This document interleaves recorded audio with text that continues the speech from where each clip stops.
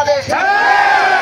সংগ্রামী সাথী ভাইরা, শহীদ কাফেলা বাংলাদেশ জামাত ইসলামী একটা ঠুনকো দল নয় যে তাকে ফুৎকার দিয়ে উড়ায় দেওয়া যাবে।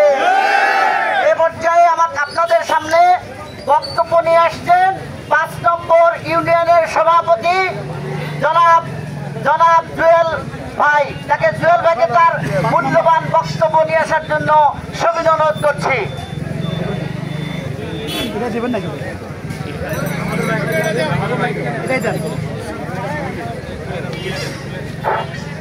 আসসালামু আলাইকুম রহমতুল্লাহি ওয়া বারাকাতুহু।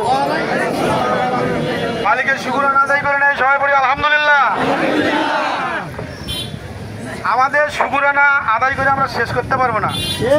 5 তারিখের যে ঘটনাটা আল্লাহ আমাদের বাংলার জমিনে ঘটিয়ে দিয়েছে, আমরা বিগত 17টা বছর ইসলামের বীজ বাংলার জমিনে বপন করতে পারি নাই। আলহামদুলিল্লাহ, এখন ইসলামের বীজ বপন করার সময় এসেছে। আমরা এখন ইসলামের আবাদ করবো এই বাংলার জমিনে। এই বাংলাদেশে কখনো চাঁদাবাজির জায়গা হবে না, এই বাংলাদেশে কখনো সুদ খোরের জায়গা হবে না, এই বাংলাদেশে কোনো টেন্ডারবাজির জায়গা হবে না, এই বাংলাদেশে কোনো চাঁদাবাজির জায়গা হবে না, কোনো হাট ঘাট মাঠ দখল করার জায়গা হবে না।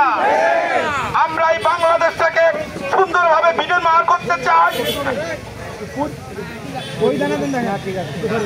যাই হোক, উপরে উঠলাম, বেয়াদবি কেউ মনে করবেন না, সবার একটু দেখা মনে হওয়ার দরকার আছে। আমি আপনাদের কিছু কথা বলতে চাই, আপনারা শুনবেন। বাংলাদেশের বিশাল বড় একটা ইতিহাস আছে যা গোপন করে রাখা হয়েছিল এতদিনে। আপনারা দেখেন, বিগত সময় ভারত এই লিটন স্যার আমাদের বলেছিল ভারতের এলপি ছাড়া বাংলাদেশ চলে না, এলপি পিএস ছাড়া বাংলাদেশ চলে না, না চলে।